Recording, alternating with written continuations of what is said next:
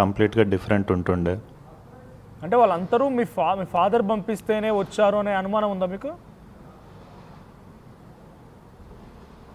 అవునండి. ఓకే. అంటే అక్కడ మీరు ఎవరైనా అడ్రస్ చేశారా గతంలో మీ ఫాదర్తో ఉన్న వాళ్ళని కానీ, లేకపోతే ఆ నాయకులు గారు ఎవరైనా చూసారా అక్కడికి వచ్చిన దాంట్లో?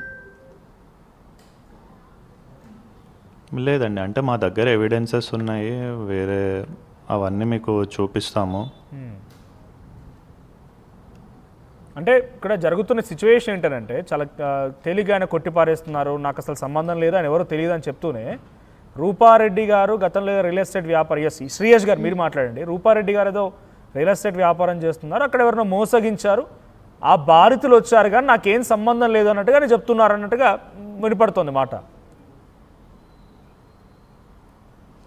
ఓకే, పైసల కోసమే వచ్చారు అనుకుందాము, మా మమ్మీ మోసం చేయడానికి వచ్చింది అనుకున్నాము, మళ్ళీ కొట్టడానికి ఎందుకు వస్తారు, ఆయుధాలు పట్టుకొని ఎందుకు వస్తారు, చంపేస్తామన్న మాట ఎందుకు మాట్లాడతారు, వినండి.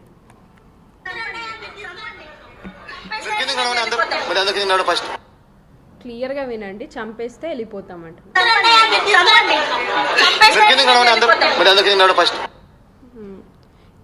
అంతా ఒక మనీ తీసుకుంది మోసం చేసిందంటే 40 మంది ఎందుకు వస్తారు, 2 హిజ్రా వాళ్ళు వచ్చారు, అంతమంది ఆడోళ్ళు వచ్చారు, అంతమంది వచ్చి డోర్లు బలగొట్టి ఇల్లులు బలగొట్టి అవన్నీ సరే మా మమ్మీ డబ్బులు తీసుకుంటే లీగల్గా చెక్ ఇస్తుంది, అన్నీ ఇస్తుంది, లీగల్గా ప్రొసీడ్ అవ్వచ్చు కదా, ఎందుకు అని ఇంటికి వచ్చి దాడి చేస్తారు, ఎందుకని ఇది వచ్చి చేస్తారు, ఏదో పర్సనల్ గ్రడ్జ్ ఉన్నట్టు.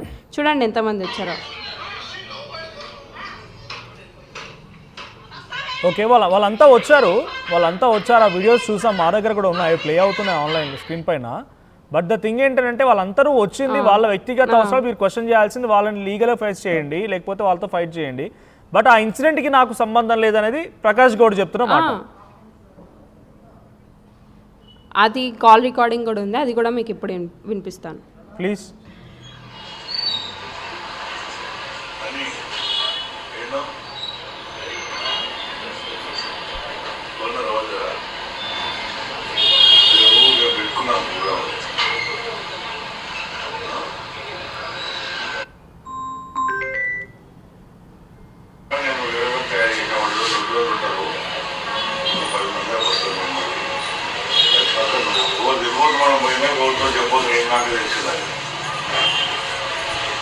దాన్ని ఎట్లా చేయాలంటే పనిరాకులు చేయాలి, పైసల విషయం వచ్చి నేను చూసుకున్నాను, దాన్ని పనిరాకులు చేయాలి, పొద్దుగా తెలుస్తారు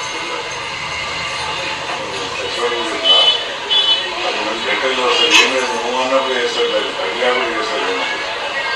పర్లేదు మీరు చెప్పండి, ఆడియోలో ఏముంది చెప్పండి, మీరు ఆడియోలో ఏముంది, అది మీ మనీ నువ్వు దాన్ని పనికి రాకుండా చేయాలి, పైసలు ఏమున్నా నేను చూసుకుంటా, దాన్ని ఎట్లా చేయాలంటే అది ఇంకా పనికి రావద్దు అట్లా చేయాలి అని చెప్తున్నారు. అందరికీ ఫోన్ చేసి 10 మందిని నేను తయారు చేసిన, బందోబస్తు ఉంటారు, వాళ్ళు మంచిగా ఉంటారు, పోయి ఆమె మీద దాడి చేయండి, SC STలను తీసుకోపోండి, ఇన్ కేసు ఇది ప్లాన్ వర్కౌట్ కాకపోతే SC ST కేసు వేపిద్దామన్న ఉద్దేశంతో వచ్చారు. వాళ్ళ డాడీ ఫస్ట్ ఒప్పుకొని, వాళ్ళ డాడీ ఒప్పుకున్నాక ఎందుకు చేస్తారు అన్న ఆలోచనలు బయట వస్తున్నాయి, అది కూడా ఉంది.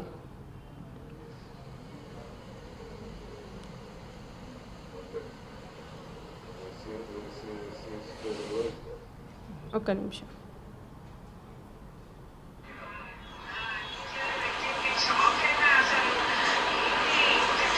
నా 15 రోజుల కింద వచ్చినాక నేను మా ఇద్దరు వస్తుంటే పిలిచి చెప్పినాం, మేము ఉత్తర మంచిది కాదు, నేను చేసుకుంటే అంటే బాగా చేసుకుంటే కుదరలేకపోతే బయట పోయి చేసుకోరా, నేను ఇంట్లో మేము మేము మాత్రం న్యాయం పని అన్నా కుట్లాడడం కలిసేది.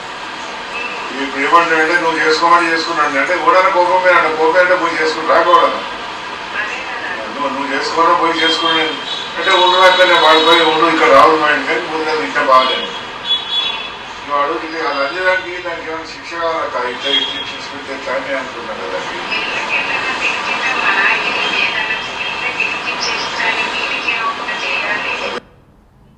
అంటే ఆయన యాక్సెప్టెన్స్ లేదు అంటున్నారు. ఎంత వల్గర్గా మాట్లాడుతున్నారండి. యాక్సెప్టెన్స్ ఉంది అండి, చేసే వారికి యాక్సెప్ట్ చేశాడు, ఈయన ఫుల్ ఫైట్ చేస్తే నువ్వు ఎంగేజ్మెంట్ చేసుకో, నువ్వు పెళ్లి చేసుకో, అన్నీ ఒప్పుకున్నారు, అంతా ఒప్పుకున్నాక ఎంగేజ్మెంట్ అయినాక మాట్లాడిన మాటలు ఇవి. దాన్ని ఏదో ఒక చేయాలి, దాన్ని నాశనం చేయాలి, దాన్ని పనికి రాకుండా చేయాలి, ఇవి అన్ని మాట్లాడుతున్న మాటలు. వాంటెడ్గా సరే అండి, మనీ కోసం వచ్చారు, మోసం చేసి వచ్చారు అంటే వాళ్ళు లీగల్గా ప్రొసీడ్ అవుతారు కదా. వాళ్ళు కావాల్సుకొని మా అమ్మ రెప్యుటేషన్ దెబ్బ తినాలి అని చెప్పి మీడియా ముందుకు వస్తున్నారు. ఎందుకంటే పిఎస్కి పోతే వాళ్ళకి వ్యాలిడ్ ఎవిడెన్స్ కూడా లేదు ఇవ్వడానికి. ఇన్ని కోట్ల అప్పు ఇంత ఉంది, ఎన్ని కోట్లు ఉన్నాయని ఇవ్వడానికి వాళ్ళకి వ్యాలిడ్ ఎవిడెన్స్ కూడా లేదు. అందుకే కావాల్సుకొని రెప్యుటేషన్ దెబ్బ తీయాలని ఎవడో లేని వాళ్ళని అందరినీ తీసుకొచ్చి మీడియా ముందు ప్రజెంట్ చేస్తున్నారు. ఒక మనీ కోసం వచ్చిన వాళ్ళైతే అంత 40 మందిని పట్టుకొచ్చి మరణాయుధాలు పట్టుకొచ్చి ఎందుకు కొడతారండి? ఎందుకు కొడతారు? సరే మా మమ్మీని అటాక్ చేస్తారేమో కోపమో ఏదో అనుకుందాం. మళ్ళీ మాస్కులు పెట్టుకొని ఉన్నారు, మాస్కులు తీసి మీ ముఖం చూపియండి ఎవరు మీరు అంటే మాస్కులు తీయట్లేదు, కావాల్సుకొని దాడి చేస్తున్నారు అంతే. ఈయన ఆపుతుంటే ఈయన మీద దాడి చేసారు. మేము మాట్లాడాలని అప్పుడు కూడా ట్రై చేశారు. ఒక్క నిమిషం మీరు లైన్లో ఉండండి. నేను ఒక్కసారి రూపారెడ్డి గారు ఏం మాట్లాడారు పబ్లిక్ కూడా చూపిస్తాను. రూపారెడ్డి గారి మాటలు నేను వినిపిస్తాను పబ్లిక్కి. ఈసారి ఒకసారి ప్లే చేయండి రూపారెడ్డి గారు ఏమన్నారు అనేది. నా పేరు పట్లోల రూపారెడ్డి. నిన్నటి నుండి ఒక ఇష్యూ జరుగుతుంది నా పైన, ఇట్లా మనీ తీసుకుంది అది అని. వాస్తవానికి ఇప్పుడు మేము రియల్ ఎస్టేట్ బిజినెస్ చేస్తాం, లావాదేవీలు అనేది ఒకరి దగ్గర ఒకరు తీసుకుంటాం ఇచ్చుకుంటాం, అవన్నీ అందరికీ కామన్, అది కామనే. ఒకసారి గిట్టుబాటు అయితే ఇస్తాము, ఒకసారి లేట్ ఇస్తాము. కానీ ఇప్పుడు ఇంటెన్షనల్గా ఇన్ని రోజుల నుండి నా పైన, నా ఇంటికి ఎవ్వరు దాడి చేయండి. ఇప్పుడు ఎమ్మెల్యే టి ప్రకాష్ గౌడ్ గారి వాళ్ళ కొడుకు టి సంతోష్ గౌడ్ గారు, మా అమ్మాయి శ్రీయశి MBBS చదువుతుంది గవర్నమెంట్ కాలేజ్లో. ఆ అబ్బాయి ఇష్టపడ్డాడు. అబ్బాయి ఇష్టపడి మా అమ్మాయిని